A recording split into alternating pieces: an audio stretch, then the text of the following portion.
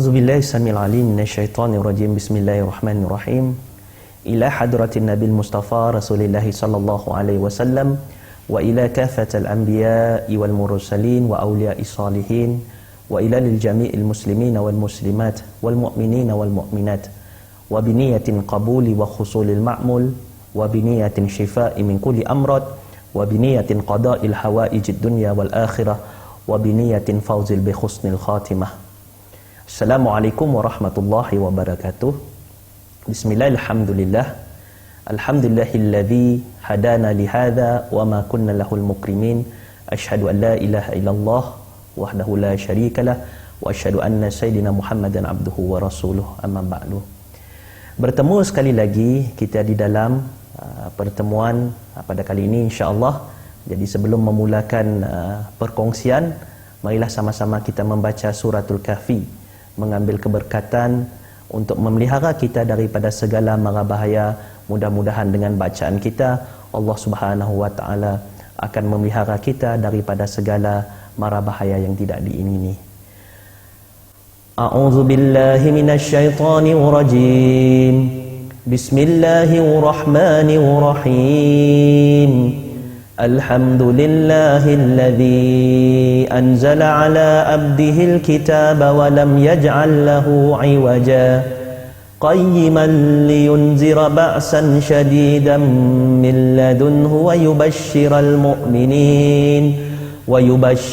mu'minin alladhina ya'maluna as-salihati anna lahum ajran hasana makisina fihi abada wa yunzira alladhina qalu ittakhadhallahu walada ma lahum bihi min ilmin wala liabaihim kaburat kalimatan takhruju min afwahihim in yaquluna illa kadhiba فَلَعَلَّكَ بَاخِعٌ نَفْسَكَ عَلَى آثَارِهِمْ إِنْ لَمْ يُؤْمِنُوا بِهَذَا الْحَدِيثِ أَسَفًا إِنَّا جَعَلْنَا مَا عَلَى الْأَرْضِ زِينَةً لَهَا لِنَبْلُوَهُمْ أَيُّهُمْ أَحْسَنُ عَمَلًا وَإِنَّا لَجَاعِلُونَ مَا عَلَيْهَا سَعِيدًا جُرُزًا أم حسبت أن أصحاب الكهف والرقيم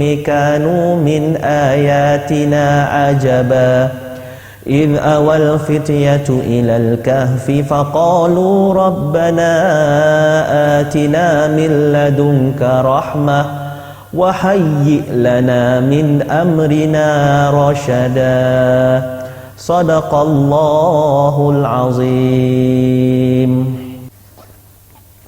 Bismillahirrahmanirrahim. Segala puji bagi Allah Subhanahu wa taala biiznillah.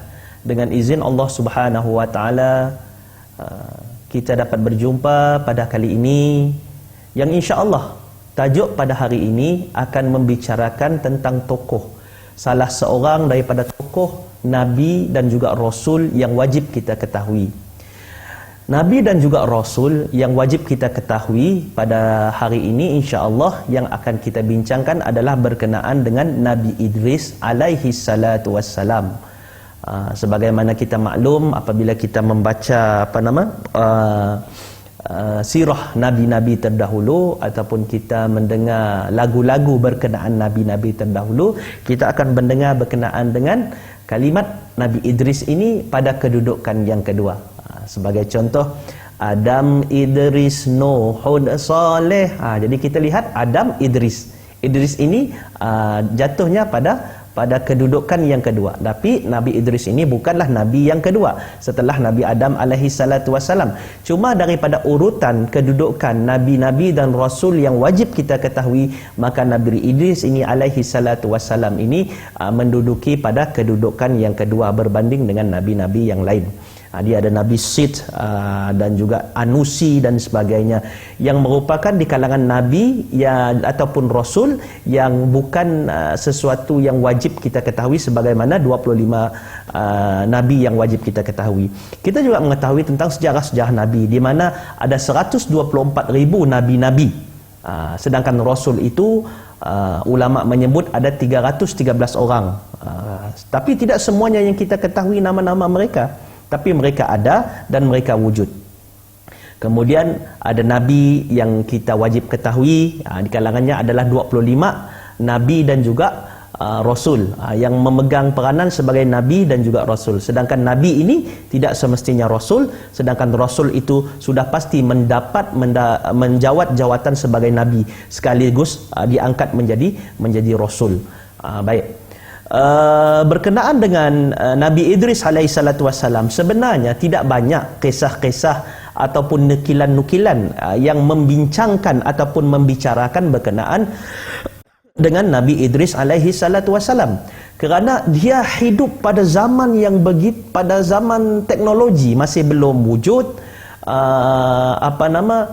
penulisan-penulisan untuk orang mencatat sejarah masih belum ada, berbeza dengan nabi-nabi yang terdahulu dan nabi-nabi yang lain. Cuma kebanyakan kisah yang diceritakan adalah melalui riwayat-riwayat yang kita kenali dengan nama riwayat Israiliyat.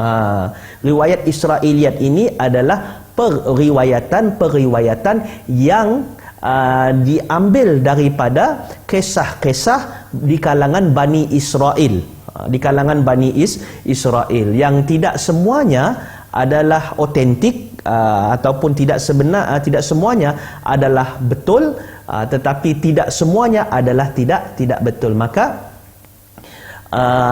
terdapat kaedah yang digunakan oleh para ulama dalam mengasingkan riwayat-riwayat yang benar di dalam riwayat Israiliyat dan juga riwayat-riwayat yang palsu ataupun riwayat yang tidak benar, maka mereka asing-asingkan. Sebab itu segala perkara-perkara yang ada kaitannya dengan riwayat-riwayat Israiliyat ini, kita harus berhati-hati dalam menelusurinya. Jadi insya-Allah berkenaan Nabi Idris ini, kita akan membicarakan daripada 3 sumber periwayatan-periwayatan yang dilakukan, dan termasuk di situ di dalam hadis baginda Nabi sallallahu alaihi wasallam. Daripada sumber yang pertama, kita mengambil bahawa Nabi Idris alaihi salatu wassalam adalah seorang rasul yang merupakan putera Adam yang pertama kali diberikan hak kenabian oleh Allah Subhanahu wa taala setelah Adam sendiri dan Sid alaihi salatu wassalam, Nabi Sid. Jadi ini yang dikatakan tadi, perbezaan di antara nabi dan juga rasul. Jadi Sid ini merupakan anak daripada Nabi Adam alaihi salatu wassalam, tetapi diberikan hak sebagai seorang nabi, tetapi tidak diberikan hak sebagai seorang rasul. Manakala Nabi Idris alaihi salatu wassalam adalah salah seorang daripada keturunan Nabi Adam alaihi salatu wassalam yang telah diberikan hak sebagai nabi, dan yang pertama setelah Nabi Adam, yakni hak kerasulan. Itulah tadi yang dikatakan tadi, bahawa dalam turutan lagu tadi Adam Idris. Jadi walaupun Sid itu juga nabi, tetapi Sid tidak termasuk di dalam itu kerana dia bukan tergolong daripada orang-orang rasul yang wajib kita ketahui. Maka inilah dikatakan bahawa merupakan putera Adam yang pertama diberikan hak kerasulan oleh Allah setelah Adam alaihissalatu wassalam sendiri, dan Sid. Set kalau menurut agama Yahudi dan juga Nasrani. Kalau kita Sid, menurut agama lain disebut dengan nama Set. Dalam Alkitab, Idris dikenal dengan nama Henok. Nabi Idris adalah keturunan ke-6 daripada Nabi Adam alaihissalatu wassalam. Putranya daripada Yarid bin Mikhalail bin Qinan bin Anusi bin Sid bin Adam alaihi salatu wassalam. Idris bin Yarid bin Mikhlail bin Qinan bin Anusi bin Sid dan bin Adam alaihi salatu wassalam. Ini. Dan juga Adam menjadi keturunan pertama yang diutus menjadi rasul setelah Adam dan juga Sid. Menurut tafsir, beliau hidup 1000 tahun setelah Nabi Adam alaihi salatu wassalam wafat. Nabi Idris dianugerahi oleh Allah Subhanahu wa taala kepandaian, kecerdikan dalam berbagai disiplin ilmu. Dia ilmu yang diturunkan pada zaman Nabi Idris alaihi salatu wasalam. Kalau Nabi Idris diturunkan pada zaman kita, dia sudah pasti mencipta sesuatu sebagai contoh roket ataupun kenderaan yang boleh pergi ke angkasa lepas. Tapi itu sesuai dengan zaman kita. Tetapi pada zaman dahulu kecerdasan dan kepandaian Nabi Idris alaihi salatu wasalam bersesuaian dengan zaman mereka. Boleh mencipta perahu, boleh terapung di atas air, kemudian ilmu petukangan lah di situ, ilmu menghidupkan api dan sebagainya. Itu kecerdasan yang ada pada Nabi Idris alaihi salatu wassalam. Dan kalau kita melihat orang yang memiliki nama Idris ini biasanya adalah orang-orang yang kalau diniatkan untuk mengambil nama sempena nama Nabi Idris alaihi salatu wassalam, biasanya orang ini memiliki kecerdasan akal dan kepandaian. Kecerdasan akal dan kepandaian ini yang disebut oleh Nabi SAW pada saat menamakan anak. Kita menamakan anak bersesuaian dengan nama-nama Nabi misal kata, maka segala kebolehan itu juga mungkin akan diwarisi juga, kerana niat kita innama a'malu binniyat wa innama likulli imri'in ma nawa. Jadi Nabi Idris dianugerahi kepandaian dalam berbagai disiplin ilmu, kemahiran serta kemampuan untuk menciptakan alat-alat untuk mempermudahkan pekerjaan manusia, seperti pengenalan kepada tulisan-tulisan supaya orang mudah untuk faham ataupun memahami, matematik, astronomi dan sebagainya. Menurut suatu kisah, terdapat satu masa di mana kebanyakan manusia telah melupakan Allah Subhanahu wa taala sehingga Allah menghukum manusia dengan bentuk kemarau yang berpanjangan. Nabi Idris alaihi salatu wassalam pun turun tangan dan memohon kepada Allah untuk Allah Subhanahu wa taala mengangkat kemurkaan Allah ataupun dengan kata lain hukuman tersebut.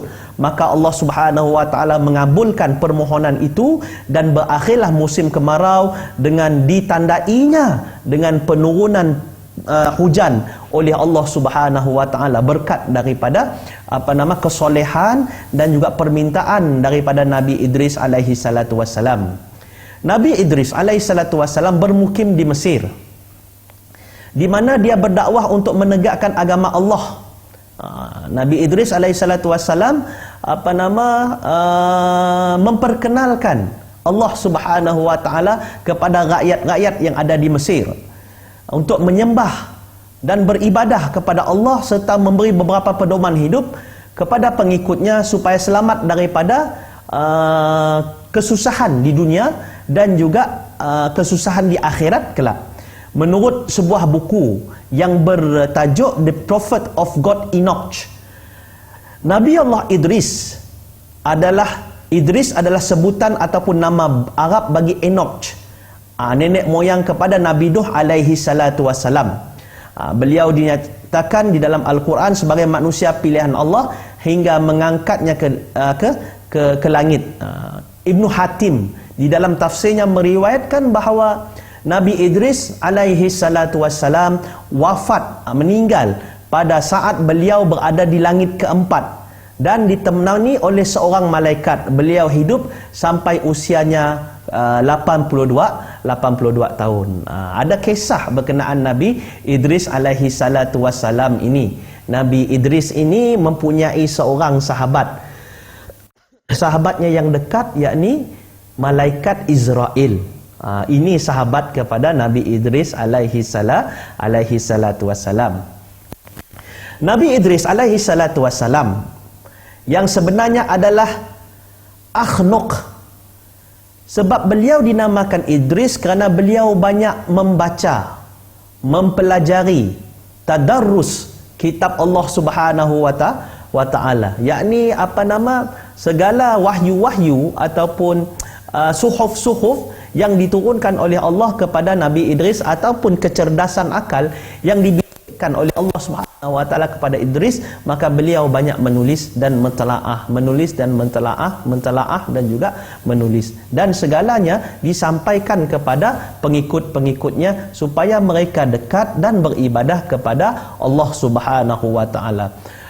Corak pengibadatan pada zaman dahulu adalah bersesuaian dengan zaman mereka. Jangan kita samakan dengan bagaimana kita solat 5 waktu sehari semalam, bagaimana kita berzikrullah, bagaimana kita bangun pada malam hari untuk melakukan ibadah qiyamul lail. Tidak sama sekali sama dengan ibadah-ibadah yang dilakukan oleh kaum-kaum atau umat-umat yang terdahulu. Disebabkan beberapa perkara inilah Nabi-Nabi terdahulu begitu cemburu kepada baginda Nabi SAW, Nabi Muhammad, Nabi kita, daripada sudut pengibadatan. Disebabkan itulah kita harus bersyukur, tuan-tuan dikasihi dirahmati Allah. Dan dengan mempelajari sejarah-sejarah Nabi-Nabi terdahulu, kita akan melihat bagaimana perbezaan ibadah daripada sudut taqarrub dengan Allah Subhanahu wa taala menurut nabi mereka dan menurut nabi kita Muhammad sallallahu alaihi wasallam. Dan satu lagi kebiasaan Nabi Idris ini ialah Nabi Idris ini adalah seorang tukang jahit. Tukang jahit qamis. Setiap kali beliau memasukkan jarum untuk menjahit pakaiannya, beliau akan mengucapkan tasbih. Mungkin apabila dia menjahit dia akan menyebut subhanallah, subhanallah, subhanallah, subhanallah. Kerana Nabi Idris ini salah satu daripada kelebihan beliau adalah seorang yang sangat-sangat kuat beribadah pada Allah Subhanahu wa taala. Dan disebabkan kuatnya ibadah inilah yang menaut hati malaikat Israel untuk menjadikan Nabi Idris ini sebagai sahabatnya. Jika pekerjaannya sudah selesai, pakaian itu diserahkannya kepada orang yang menempahnya tanpa meminta apa-apa pun upah. Walaupun demikian, Nabi Idris alaihi salatu wassalam sanggup beribadah dengan amalan yang sukar untuk digambarkan, sehingga malaikat maut sangat rindu untuk berjumpa dengan beliau. Dan kalau tidak silap saya, malaikat Israel memohon izin kepada Allah untuk bersama dengan Nabi Idris alaihi salatu wassalam, maka diperkenankan oleh Allah, dan disebabkan itulah malaikat maut ini terus datang berjumpa dengan Nabi Idris dan memperkenalkan dirinya kepada Nabi Idris alaihi salatu wassalam. Sehingga malaikat kerana terlalu takjub, terlalu suka, dia mendatangi Allah Subhanahu wa taala untuk memohon izin. Malaikat bukan saja-saja sembrono. Kalau rasa nak kawan, pergi kawan terus, sik dapat. Itu berbeza. Jadi mohon izin daripada Allah dan maka diperkenankan oleh Allah. Ini. Kemudian malaikat maut memohon kepada Allah Subhanahu wa taala agar diizinkan untuk pergi menemui Nabi Idris alaihi salatu wassalam. Setelah memberi salam, malaikat maut pun duduk. Nabi Idris alaihi salatu wassalam mempunyai kebiasaan berpuasa sepanjang masa. Dan ketika mana waktu berbuka telah tiba, maka datanglah malaikat daripada syurga membawa makanan kepada Nabi Idris alaihi salatu wassalam. Lalu Nabi Idris menikmati makanan tersebut. Kemudian setelah beribadah, Nabi Idris alaihi salatu wassalam terus beribadah lagi sepanjang malam. Pada suatu malam, malaikat maut datang menemuinya sambil membawa makanan daripada syurga. Maka Nabi Idris alaihi salatu wassalam menikmati makanan itu. Kemudian Nabi Idris berkata kepada malaikat maut, "Wahai Tuan," katanya, "marilah bersama-sama dengan kami untuk menikmati makanan ini bersama-sama." Namun malaikat maut menolaknya. Namun setelah itu Nabi Idris melanjutkan ibadahnya, sedangkan malaikat maut itu setia untuk menunggu sampai terbit matahari. menemani Nabi Idris alaihi salatu wassalam untuk beribadah.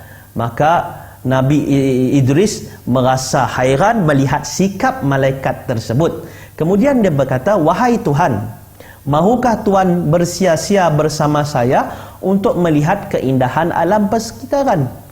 Maka malaikat maut menjawab, "Baiklah Nabi Allah Idris." Jadi malaikat ni dia taat. Kalau kita lihat sebagaimana perjalanan di antara Sayyidina Jibril alaihi salatu wassalam dengan baginda Nabi sallallahu alaihi wasallam, Jibril patuh dengan segala apa yang disebut ataupun diperkatakan oleh baginda Nabi sallallahu alaihi wasallam. Begitu juga malaikat maut. Apabila Nabi Idris memerintahkannya sesuatu, maka dia akan taat, dengar, taat dan juga patuh. Maka setelah itu berjalanlah keduanya untuk melihat alam persekitaran dengan berbagai jenis tumbuh-tumbuhan yang hidup di situ. Akhirnya ketika mereka sampai pada satu kebun, maka malaikat maut berkata kepada Nabi Idris alaihi salatu wassalam, "Wahai Idris," katanya, "adakah Tuhan izinkan saya untuk mengambil ini untuk saya makan?" Sebab malaikat maut melihat satu buah yang menurutnya satu benda yang baru. Jadi dia ingin bertanya kepada Nabi Idris, "Bolehkah aku ambil untuk aku makan?" katanya. Maka Nabi Idris menjawab, "Subhanallah, Subhanallah. Mengapa malam tadi Tuhan tidak mahu makan makanan yang telah disediakan oleh oleh Allah Subhanahu wa taala yang jelas halal. Sedangkan sekarang Tuhan mau makan makanan yang belum tentu halal ataupun ianya haram." Karena Nabi Idris alaihi salatu wasallam, karena ianya bukan milik Nabi Idris, bukan kebunnya, kan? Jadi dia tahu siapa mempunyai ia tadi. Maka itu dikatakan tadi Nabi Idris alaihi salatu wasallam, "Kenapa tadi malam saya bagi kamu makan, kamu tak nak? Tapi sedangkan yang pada hari ini kamu nak pula makan." Jadi ini antara salah satu daripada kecerdasan akal Nabi Idris alaihi salatu wassalam, dan malaikat maut itu pun tunduk apabila mendengar ucapan daripada Nabi Idris alaihi salatu wassalam. Maka apakah malaikat maut memakan makanan ataupun buah yang telah dipetik tadi? Itu tidak dijelaskan di dalam kitab sama ada ianya makan ataupun tidak daripada buah tersebut, kerana periwayatan tersebut terhenti di situ sahaja. Baik. Seterusnya, kemudian malaikat maut dan Nabi Idris meneruskan perjalanan mereka, dan tidak terasa oleh mereka bahawa mereka telah bersia-sia selama 4 hari. Selama 4 hari. Selama mereka bersahabat, Nabi Idris alaihi salatu wassalam menemui beberapa keanehan daripada temannya. Segala tindak tanduknya berbeza dengan sifat-sifat manusia biasa. Akhirnya Nabi Idris tidak dapat menahan hasrat ingin tahunya. Saya lupa nak bagi tahu. Pada awal perkenalan di antara malaikat maut dengan Nabi Idris alaihi salatu wassalam, malaikat maut tidak memperkenalkan dirinya itu sebagai malaikat. Tidak memperkenalkan dirinya sebagai malaikat, kerana makhluk apabila mereka bersama dengan manusia, mereka akan menyerupai makhluk yang mana mereka dekati. Sebab itu malaikat, kalau kita belajar angels dalam kitab yang ditulis oleh seorang penulis, Sheikh Hisham daripada UK, dia pernah menyebut dalam tulisannya angels, kan? Malaikat ini kalau dia nak mendekati manusia dengan binatang, maka dia akan menyerupai burung. Kalau dia nak menyerupai kucing, dia nak menyerupai binatang-binatang, dan bahkan dia akan menjelmakan diri mereka sebagai manusia jika mereka berkenan untuk menjelmakan diri mereka sebagai manusia. Bahkan sebagai dalam bentuk tumbuh-tumbuhan juga mereka boleh menyerupai. Maka ini antara kelebihan para malaikat. Dan bangsa jin juga mempunyai kelebihan yang sama, tetapi tidaklah sehebat yang ada pada para malaikat. Kemudian akhirnya Nabi Idris alaihi salatu wassalam tidak dapat menahan hasrat hatinya ingin tahu siapakah lelaki tadi. Lalu beliau bertanya, "Wahai Tuhan, bolehkah saya tahu siapakah Tuhan yang sebenarnya? Siapakah Tuhan yang sebenarnya?" Jawapan kepada malaikat maut akan kita teruskan setelah kita berehat. Jadi untuk itu kita tangguh dahulu, kita sambung selepas ini.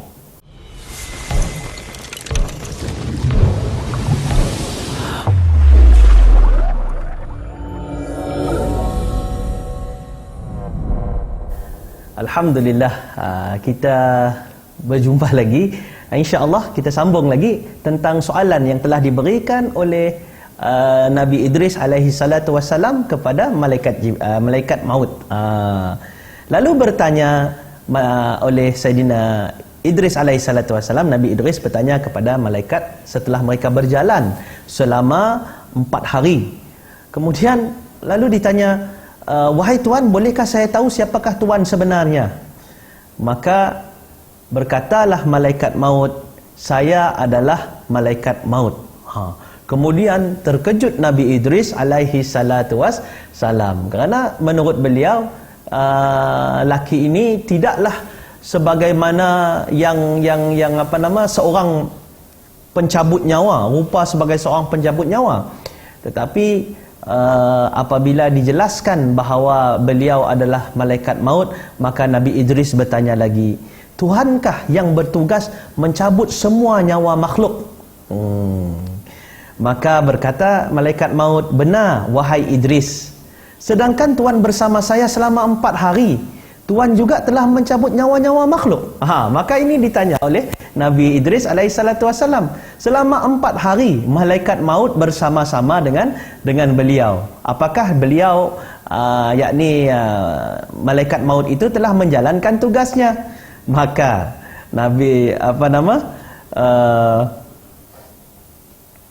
malaikat maut pun menjawab Nabi Idris, "Wahai Idris, selama 4 hari ini aku bersama denganmu, banyak sekali nyawa-nyawa yang telah saya cabut. Roh makhluk-makhluk itu bagaikan hidangan di hadapanku. Aku akan ambil mereka bagaikan seorang yang sedang hendak menyuap makanan. Mudahnya untuk mengambil nyawa." Diibaratkan makanan berada di atas meja, tinggal ambil, rasa nak ambil ini. Tetapi tidaklah seperti itu, kerana semuanya atas titah dan juga perintah daripada Allah Subhanahu wa taala kepada malaikat maut. Maka kemudian berkata Nabi Idris, "Wahai malaikat, apakah tujuan Tuan datang? Apakah ziarah Tuan ini untuk mencabut nyawaku?" Maka di situ timbul rasa risau Nabi Idris alaihi salatu wassalam berkenaan dengan kedatangan malaikat maut yang bersama dengan beliau selama 4 hari. Kemudian dijawab oleh malaikat maut, "Wahai Nabi Allah Idris, saya sebenarnya datang untuk menziarahimu." Maknanya dia pun menyampaikan hajat kerana dia memerhatikan Nabi Idris alaihi salatu wassalam ini daripada kejauhan sebelum ini. Maka dia ingin untuk bersama, mendekati dan mendampingi Nabi Idris. Dan Allah Subhanahu wa taala, kata malaikat maut, telah mengizinkan niat aku itu. Kemudian Nabi Idris alaihi salatu wassalam adalah seorang yang cerdik, seorang yang seorang yang berfikiran jauh, serta seorang yang suka explore, suka menjelajah kepada sesuatu pengetahuan yang baru. Maka terdetik dalam pemikiran Nabi Idris alaihi salatu wassalam. Lalu dia berkata, "Wahai malaikat maut, bolehkah aku meminta sesuatu kepadamu?" dan sekiranya boleh engkau kabulkan hasratku, kabulkanlah satu permintaanku kepadamu agar Tuhan mencabut nyawaku. Kemudian Tuhan mohon agar Allah menghidupkan saya semula. Maka itulah antara permintaan daripada Nabi Idris alaihi salatu wassalam. Jadi tujuannya, kata Nabi Idris, adalah supaya aku dapat menyembah Allah setelah aku merasa dahsyatnya sakaratul maut tersebut. Supaya dia nak meningkatkan rasa ibadah, rasa ketakwaan kepada Allah Subhanahu wa taala, maka beliau ingin untuk merasai kesakitan sakaratul maut tersebut. Maka malaikat maut pun menjawab, sesungguhnya saya tidaklah mencabut nyawa seseorang itu melainkan dengan keizinan Allah Subhanahu wa taala. Jadi sebagaimana awal penjelasan saya tadi, walaupun malaikat Jibril, malaikat maut tadi mengatakan bahawa nyawa itu ibarat hidangan di hadapan aku dan aku boleh pilih sahaja, dia tidak dapat mencabut nyawa secara somborono ataupun secara sembarangan, melainkan semua nyawa-nyawa tersebut telah mendapat keizinan daripada Allah, walaupun diminta oleh Nabi Idris alaihi salatu wassalam. Kemudian setelah daripada permintaan itu, dan permintaan itu telah didengar oleh Allah Subhanahu wa taala, lalu Allah Subhanahu wa taala pun menurunkan wahyu kepada malaikat maut agar dia mencabut nyawa Nabi Idris alaihi salatu wassalam. Pada saat menerima perintah itu, malaikat maut terkejut. Malaikat maut terkejut kerana malaikat maut tahu betapa sakitnya, betapa pedihnya, betapa susahnya apabila nyawa itu dicabut daripada seseorang insan. Jadi tiba-tiba Allah telah mewahyukan kepada beliau untuk mencabut nyawa orang yang sangat disenangi dan disukai olehnya. Itu yang menyebabkan malaikat maut terasa terkejut dengan perintah dan wahyu tersebut. Tetapi atas perintah Allah, maka tidak ada malaikat yang tidak melakukan dan melaksanakan titah perintah tersebut.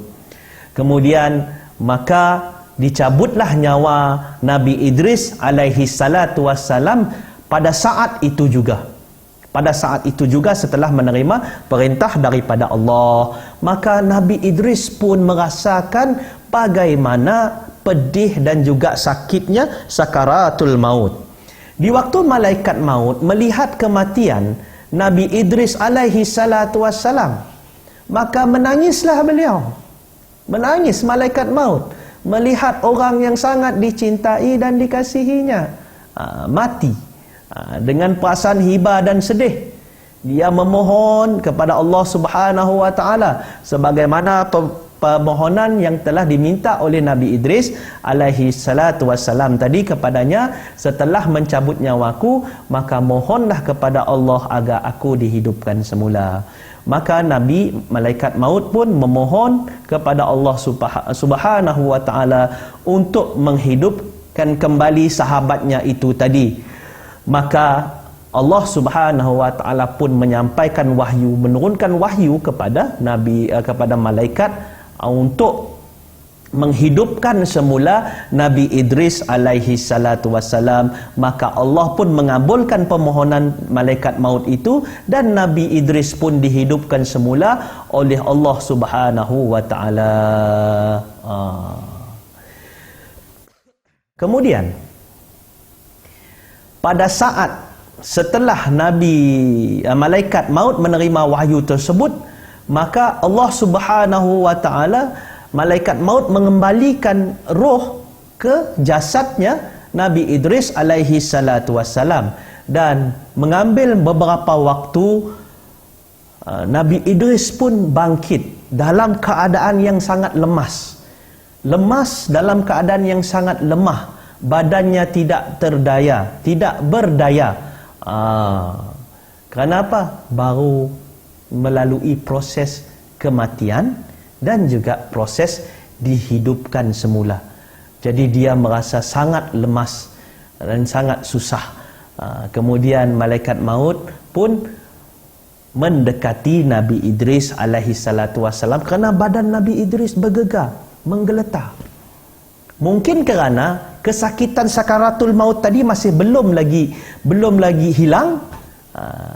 Dikembalikan nyawa semula masuk ke dalam badannya. Sebenarnya menurut kisah yang dinukilkan oleh para ulama, sakitnya roh itu apabila keluar daripada celah-celah tangan, badan kita, sakitnya itu sama sakitnya apabila roh itu dikembalikan semula ke dalam badan kita.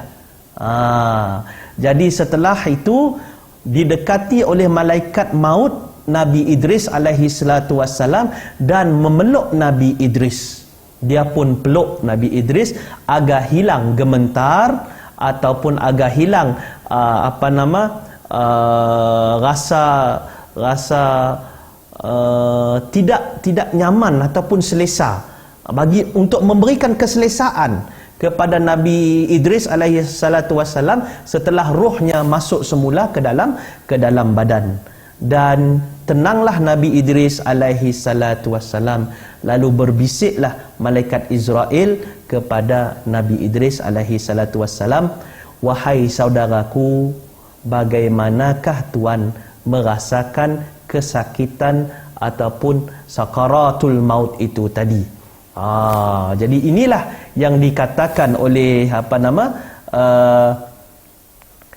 Nabi Idris alaihi salatu wassalam, bila seekor binatang dilapah kulitnya ketika dia masih hidup, maka sakitnya maut itu 1000 kali lebih sakit daripadanya. Jadi itu yang dikatakan oleh Nabi Idris alaihi salatu wassalam, seekor binatang yang dilapah kulitnya ketika mana masih hidup. Sakit tuan-tuan. Masya Allah, sakit dilapah ketika mana hidup. Kemudian kata malaikat maut, padahal pada saat aku mencabut nyawamu itu, kelembutan yang saya lakukan terhadap Tuan ketika saya mencabut nyawa Tuan itu belum pernah saya lakukan pada sesiapa pun. Itu adalah, kalau menurut malaikat maut, malaikat Israel, itulah yang paling lembut dan tidak pernah dilakukan oleh dia kepada mana-mana makhluk sebelum ini. Betapa sayangnya dia kepada Nabi Idris alaihi salatu wassalam. Dia dengan istilah yang mudah kita faham, mencabut nyawa dengan cara yang paling lembut sekali. Tetapi apa yang berlaku tuan-tuan rahimakumullah, sebagaimana yang disebut oleh Nabi Idris alaihi salatu wassalam, kesakitannya 1000 kali lebih sakit daripada binatang yang disiat kulitnya hidup-hidup. Maka disebabkan itulah tadi tuan-tuan dikasihi dirahmati Allah Subhanahu wa taala, sidang pendengar sekalian, kerana itulah Nabi Idris ketika mana nyawanya dimasukkan semula, menggeletarlah badannya kerana masih terasa sakitnya pada saat nyawanya telah dicabut oleh malaikat Israel. Jadi itulah tadi kata malaikat Israel berkenaan dengan selembut-lembut cara mengambil nyawa telah dilakukannya kepada Nabi Idris, dan Nabi Idris mengatakan bahawa sakitnya sakaratul maut itu, walaupun nyawa tersebut telah diambil dengan cara yang paling lembut oleh malaikat maut tadi terhadap Nabi Idris alaihi salatu wassalam. Setelah beberapa waktu kemudian, malaikat Israel masih bersama dengan Nabi Idris alaihi salatu wassalam. Maka Nabi Idris pun berkata kepada malaikat maut, "Wahai malaikat maut, saya juga mempunyai satu lagi permintaan kepada Tuan, iaitu saya ingin sekali untuk melihat neraka supaya saya dapat beribadah kepada Allah lagi dengan lebih banyak dan bersungguh-sungguh. Saya ingin melihat betapa dahsyatnya api neraka itu. Maka dijawab oleh malaikat maut tadi, wahai Nabi Allah Idris, saya tidak dapat merentas pergi ke mana-mana saya suka, melainkan atas izin daripada Allah Subhanahu wa Ta'ala. Maka Allah Subhanahu wa Ta'ala hanya membenarkan saya untuk pergi sekiranya saya diberi kebenaran. Namun demikian, dialog di antara Nabi Idris dan juga malaikat maut ini diketahui dan didengar oleh Allah Subhanahu wa Ta'ala. Maka Allah terus mewahyukan kepada malaikat maut agar dia membawa Nabi Idris alaihi salatu wassalam ke dalam neraka. Maka dengan izin Allah, pergilah kedua mereka ke dalam neraka. Di neraka itu Nabi Idris alaihi salatu wassalam dapat melihat semua yang diciptakan oleh Allah Subhanahu wa Ta'ala. Semua perkara-perkara yang diciptakan oleh Allah bagi tujuan untuk menyiksa hamba-hambanya yang tidak taat, hamba-hambanya yang menyampingkan Allah Subhanahu wa Ta'ala. Seperti rantai yang panas, ular yang berbisa, kala jengking, yang kemudian api-api yang membara, timah yang mendidih, pokok-pokok yang penuh duri, buah-buah yang berduri sebagai makanan, air panas daripada nanah penghuni-penghuni neraka yang mendidih dan menggelegak, dan juga bermacam-macam lagi. Maka hal itu telah menyebabkan Nabi Idris alaihi salatu wassalam pucat mukanya. Ketakutan yang tidak pernah dirasakan olehnya akan siksaan neraka Allah Subhanahu wa Ta'ala. Ketakutannya sehingga akan yang menyebabkan dia memeluk malaikat maut. Takut sekali. Maka setelah merasa ketakutan itu, maka Nabi Idris berkata kepada malaikat maut untuk meninggalkan segera neraka. Maka setelah melihat keadaan neraka sedemikian rupa, maka mereka pun keluar dan pulang daripada melihat neraka itu tadi. Kemudian Nabi Idris alaihi salatu wassalam ketika mana keluar daripada neraka tersebut, badannya masih menggeletar. Badannya masih menggeletar kerana ketakutan. Maka dia pun berkata kepada malaikat maut, wahai malaikat maut, saya ini merasa ketakutan yang sangat luar biasa. Entah apabila balik ke bumi nanti, ke dunia nanti, apakah saya akan dapat hilangkan kegementaran saya ini. Kerana takut melihat dahsyatnya neraka. Kemudian Nabi Idris berkata lagi kepada malaikat maut, wahai malaikat maut, aku punya satu hajat lagi. Aku mohon agar mudah-mudahan engkau boleh memakbulkannya. Maka bolehkah Tuhan membawa saya ke dalam syurga supaya saya boleh melihat keindahan syurga? Mudah-mudahan ketakutan saat melihat neraka tadi akan hilang. Dan justru daripada itu, saya boleh mendapat ketenangan dalam beribadah kepada Allah Subhanahu wa Ta'ala. Sekarang saya sangat takut. Saya sangat berdebar-debar. Saya tidak tahu sampai manakah ketakutan ini akan hilang kelak. Maka kemudian dijawab oleh malaikat maut, saya tidak dapat membawa Tuhan ke mana-mana tanpa perintah daripada Allah Subhanahu wa Ta'ala. Maka dengan perintah daripada Allah Subhanahu wa Ta'ala, maka malaikat maut membawa Nabi Idris alaihi salatu wassalam ke dalam syurga. Kemudian pergilah mereka berdua sehingga mereka sampai di pintu syurga dan mereka berhenti di pintu tersebut. Di situ Nabi Idris melihat pemandangan di dalam syurga. Nabi Idris dapat melihat segala macam kenikmatan. Ketakutan yang ada tadi terus dilupakan dan tidak diingat tentang bagaimana teruknya, dahsyatnya, hebatnya manifestasi kemurkaan Allah kepada hamba-hambanya di dalam neraka Allah Subhanahu wa Ta'ala. Maka setelah melihat syurga tadi, maka Nabi Allah Idris terus hilang ketakutan-ketakutannya. Maka mahukah Tuhan memohon kepada Allah untukku, agar aku diizinkan untuk memasuki syurga dan dapat meminum airnya untuk menghilangkan kesakitan rasa mati dan juga ketakutan dahsyatnya api neraka tadi. Maka malaikat maut pun bermohon kepada Allah. Sayang malaikat maut kepada Nabi Idris. Segala apa yang Nabi Idris minta, malaikat maut mohon pada Allah Subhanahu wa taala. Kemudian Allah memberi izin kepadanya untuk memasuki syurga dan kemudian harus keluar lagi. Nabi Idris pun masuk ke dalam syurga. Beliau meletakkan kasutnya di bawah salah satu pohon di syurga, lalu dia pun keluar kembali daripada syurga. Setelah beliau keluar, Nabi Idris berkata kepada malaikat maut, "Wahai malaikat maut, aku telah meninggalkan kasutku di dalam syurga." Maka malaikat maut pun berkata, "Masuklah ke dalam syurga, ambil kasut Tuan." Maka masuklah Nabi Idris, namun beliau tidak mahu keluar. Sehingga malaikat maut pun memanggilnya, "Ya Idris, keluarlah." "Tidak, wahai malaikat maut, kerana Allah Subhanahu wa taala telah bermaksud setiap yang berjiwa pasti akan merasakan mati." Ini merupakan daripada satu kisah daripada sumber pertama berkenaan dengan Nabi Idris alaihi salatu wassalam. Daripada kisah perjalanan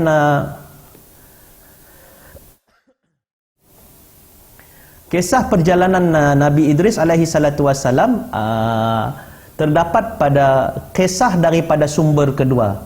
Jadi saya ambil daripada ketika mana Nabi Idris melawatnya syurga. Dalam kisah kedua menjelaskan bahawa Nabi Idris alaihi salatu wassalam tidak tahan untuk melihat siksaan yang menggerikan di dalam neraka sehingga pengsan. Sehingga pengsan. Di dalam neraka tu Nabi Idris pada sumber pertama tidak diceritakan tentang keadaan Nabi Idris pengsan. Sedangkan pada sumber kedua menyebut bahawa takutnya Nabi Idris sehingga pengsan melihat dahsyatnya syurga Allah Subhanahu wa taala. Kemudian dalam sumber kedua juga bagaimana kisah Nabi Idris takjub dengan apa yang terdapat di dalam syurga. Nabi Idris melihat sungai-sungai yang akhirnya begitu bening seperti kaca, jernih. Sementara di pinggir sungai terdapat pohon-pohon yang bahagian batangnya diperbuat daripada perak dan emas. Dia melihat istana-istana untuk penghuni syurga. Sepanjang mata memandang ada pohon yang menghasilkan buah-buah ranum. Setelah puas berkeliling, malaikat Israel mengajak Nabi Idris pulang ke bumi, namun Nabi Idris enggan pulang. Dia terlena dan ingin menetap di syurga. Lalu malaikat Israel memperingatkannya, "Kamu boleh tinggal di dalam syurga ini." Kalau dalam sumber pertama tadi Nabi Idris sengaja meninggalkan kasutnya dan apabila dia masuk, dia tak nak keluar. Maka dalam sumber kedua ini melanjutkan kisahnya, malaikat Israel lantas memperingatkannya, "Kamu boleh tinggal di sini sehingga kiamat. Namun setelah amal ibadah dihisap oleh Allah, barulah kamu boleh menghuni syurga bersama dengan nabi-nabi dan orang yang beriman lainnya." Maka Nabi Idris pun mengangguk, "Aku akan terus beribadah kepada Allah sehingga pada hari kiamat kelak." Ada banyak pendapat berkaitan dengan akhir hayat kepada Nabi Idris alaihi salatu wassalam. Daripada tafsir Ibnu Katsir dituliskan pendapat Ibnu Jarir tentang Ka'ab yang menceritakan proses kematian Nabi Idris alaihi salatu wassalam. Ka'ab berkata, Allah Subhanahu wa taala telah mewahyukan kepada Idris akan mengangkat amal bagi Idris setiap hari berbanding dengan semua amal-amal anak Adam. Kemudian datanglah seorang malaikat kepadanya dan kemudian Nabi Idris alaihissalatu wassalam meminta agar ajalnya ditangguhkan. Mendengar itu, Idris menginginkan amalnya terus bertambah. Kemudian datang seorang malaikat yang terdekat dengannya Nabi Idris berkata kepada malaikat itu, sesungguhnya Allah telah mewahyukan anu dan anu kepadaku, maka berbicaralah kamu kepada malaikat maut agar sudilah dia menangguhkan ajalku supaya amalku semakin bertambah. Malaikat itu akhirnya membawa Nabi Idris di antara kedua sayapnya, kemudian naik ke langit. Sampainya di langit keempat, malaikat Israel berjumpa dengannya. Malaikat yang membawa Nabi Idris itu menemukan pesan daripada Nabi Idris. Maka malaikat Israel berkata, sekarang Idris di mana? Maka jawablah oleh malaikat itu, dia ada di belakangku. Terjawab sudah rasa hairan malaikat Israel, sebab mulanya dia ditugaskan mencabut nyawa Nabi Idris di langit keempat, padahal dia tahu Nabi Idris ada di bumi. Ternyata Nabi Idris telah dibawa lebih dahulu oleh malaikat lainnya.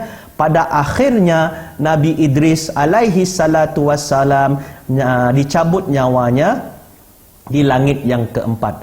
Maka berdasarkan dengan tafsir Ibnu Katsir, cerita tersebut adalah salah satu daripada Ka'abul Akhbar yang diambil daripada khabar-khabar yang telah diriwayatkan daripada riwayat Israiliyat. Namun demikian, walaupun hal tersebut diriwayatkan dengan sedemikian rupa, Ibnu Katsir pun menyebut bahawa hanya Allah Subhanahu wa taala sahaja yang mengetahui segala kebenarannya. Sebab kisah Nabi Idris ini terlalu jauh. Cuma bayangkan Adam Idris. Siapakah yang pernah mencatat sejarah-sejarah Nabi Adam secara persis? Semuanya adalah daripada khabar-khabar, lebih-lebih lagi daripada khabar Israiliyat, riwayat-riwayat daripada kalangan kaum-kaum Bani Israel.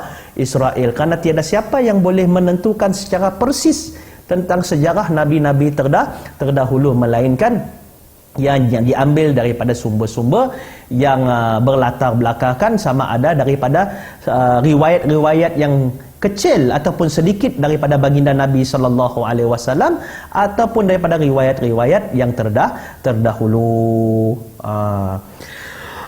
Jadi kesimpulan tentang kisah Nabi Idris alaihi salatu wassalam, kita boleh mengambil sedikit sebanyak daripada kisah tentang Nabi Idris ini,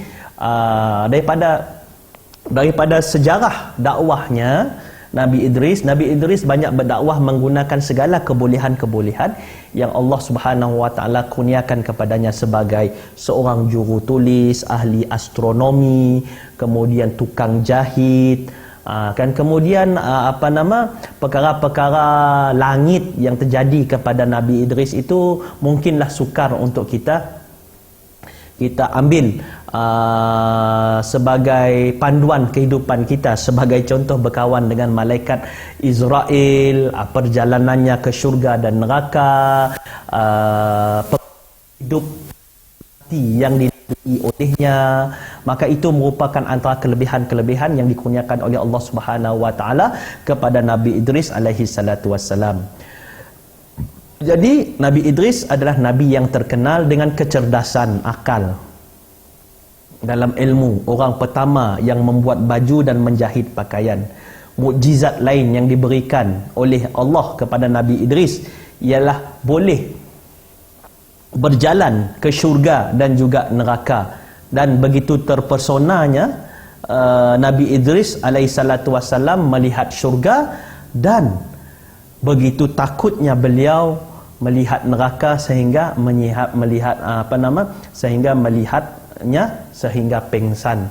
Jadi segala perkara-perkara yang lain daripada Nabi Idris alaihi salatu wassalam kita boleh rujuk di dalam kitab-kitab yang lain yang membahaskan berkenaan dengan Nabi Idris alaihi salatu wassalam. Dia merupakan salah seorang Nabi yang dipilih, Nabi dan Rasul yang dipilih oleh Allah sebagai dalam kategori yang wajib kita ketahui dan kita beriman dalam kehidupan mereka. Kita meyakini bahawa kewujudan dan kedudukan mereka sangat tinggi dan sangat dimuliakan oleh Allah Subhanahu wa taala.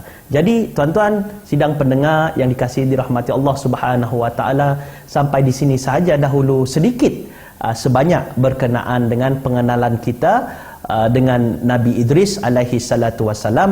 Semoga ianya dapat banyak memberi manfaat kepada kita, dan semoga Allah Subhanahu wa taala akan meninggikan kedudukan Nabi Idris alaihi salatu wassalam, dan banyak pengajaran yang boleh kita ambil daripada kejadian-kejadian yang berlaku kepada Nabi Idris alaihi salatu wassalam sebagai panduan dalam kehidupan kita untuk menjadi orang yang beriman kepada Allah Subhanahu wa taala. Kesimpulan kecil yang boleh kita ambil, Nabi Idris ingin mengetahui sakitnya sakaratul maut supaya dia boleh bertakwa pada Allah Subhanahu wa taala. Nabi Idris ingin melihat neraka supaya dia lebih takutkan Allah dan untuk beribadah kepada Allah Subhanahu wa taala. Dan segala apa kejadian yang berlaku sepanjang penceritaan daripada awal tadi adalah kita melihat bagaimana kesungguhan Nabi Idris alaihi salatu wassalam ingin untuk meningkatkan amal ibadahnya untuk menjadi orang yang bertakwa kepada Allah Subhanahu wa taala. Sampai di sini saja dahulu. Insya-Allah kalau ada ruang dan waktu lagi kita akan bersama-sama berjumpa pada masa yang akan datang. Aqulu qouli hadza wa astaghfirullahal azim li wa lakum. Assalamualaikum warahmatullahi wabarakatuh.